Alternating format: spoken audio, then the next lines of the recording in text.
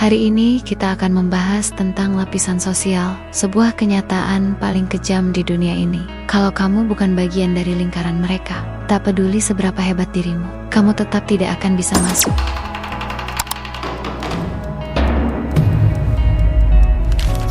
Kamu kira dengan belajar mati-matian, masuk universitas ternama, bekerja di perusahaan asing, mengejar jabatan tinggi, atau punya usaha sampingan, kamu bisa naik kelas sosial. Salah besar, kamu hanya membuat hidupmu sedikit lebih layak di dalam kelas sosial yang sama. Kerja keras bisa mengubah nasib, itu hanyalah jebakan besar. Ia membuat orang dari kalangan bawah merasa seolah-olah bisa naik ke atas. Padahal kenyataannya, kamu cuma berpindah sedikit ke kiri atau ke kanan dalam kelas sosial yang sama. Seperti kisah Kaisar Hui dari Jin dalam Zishi Tongjian, catatan umum untuk menjadi pemerintah yang bijak. Ketika rakyat kelaparan dan tak punya nasi untuk dimakan, ia hanya berkata, "Kalau begitu, mengapa mereka tidak makan daging saja?" Itu bukan karena dia bodoh, tapi karena sudut pandangnya sebagai kaum atas banner-banner berbeda.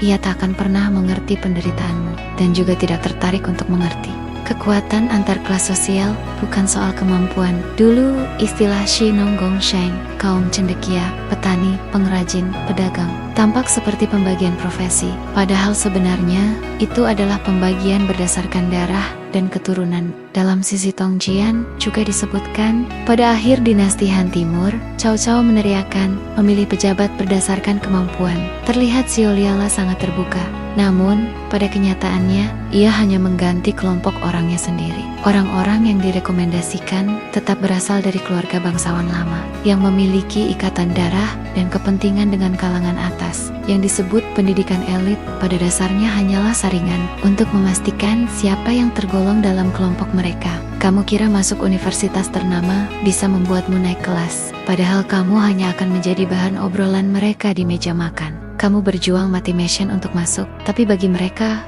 kamu cuma barang aneh yang menarik untuk dilihat. Kemampuan hanyalah ilusi yang mereka ciptakan. Pada masa 3 kerajaan, Liu Bei 3 kali mengunjungi Zhuge Liang, bukan karena dia benar-benar menghormati orang berbakat, tapi karena dia tahu Zhuge Liang juga berasal dari lingkaran keluarga bangsawan. Kalau kamu tak punya latar belakang, meskipun kamu jenius, kamu hanya bisa mengagumi dirimu sendiri di sudut kecil dunia ini. Masyarakat sekarang suka berkata, kalau kamu punya kemampuan, kamu pasti bisa sukses. Padahal itu cuma mimpi di siang bolong versi modern. Kamu naik jabatan, ambil sertifikat, lembur, terus belajar. Padahal kamu cuma berputar-putar dalam labirin yang mereka buat. Setiap kemajuan yang kamu capai hanya memberimu sedikit harapan palsu agar kamu terus berjuang tanpa henti. Cara mengendalikan paling cerdas bukanlah memaksa orang bekerja, tapi membuat semut percaya bahwa suatu hari ia bisa menjadi gajah. Aturan yang tak terlihat jauh lebih mematikan daripada aturan yang tampak.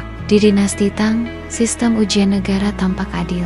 Namun pemenangnya tetap saja mereka yang punya keluarga berpengaruh di belakang. Siswa dari kalangan bawah, meskipun berjuang mati-matian, seringkali bahkan tak punya kesempatan untuk ikut ujian. Dinasti Song lebih ekstrem lagi, mengagungkan ilmu pengetahuan dan meremehkan militer.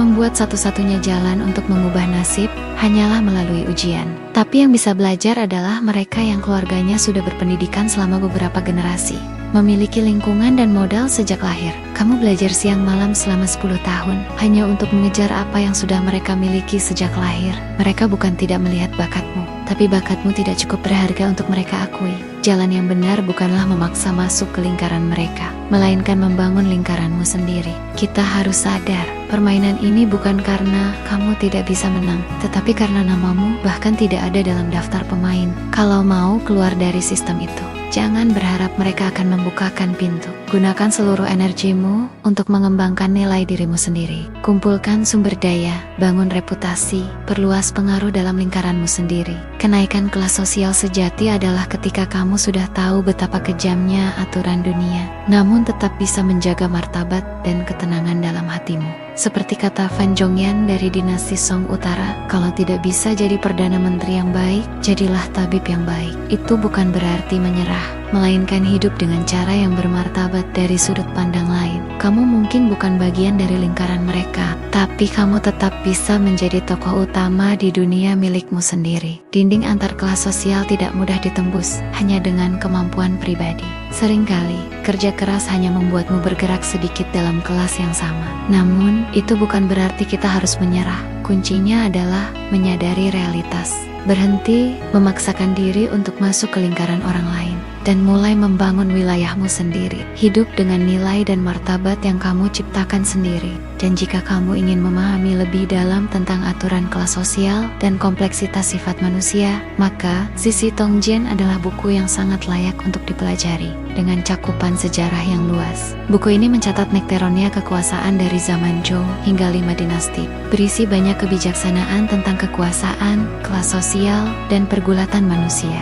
Baik itu peristiwa mengapa tidak makan daging dari Kasar Hui, ataupun menilai orang berdasarkan kemampuan dari Cao Cao yang penuh kepentingan, atau kenyataan pahit sistem ujian negara di berbagai dinasti. Semuanya tercatat dengan jelas dalam buku ini. Melalui pembacaan sejarah itu, kita bisa melihat logika dasar di balik berjalannya masyarakat, memahami dunia saat ini dengan lebih jernih, dan menemukan petunjuk berharga bagi pilihan hidup kita sendiri. Saya Gu Taoyehua. Terima kasih telah menonton.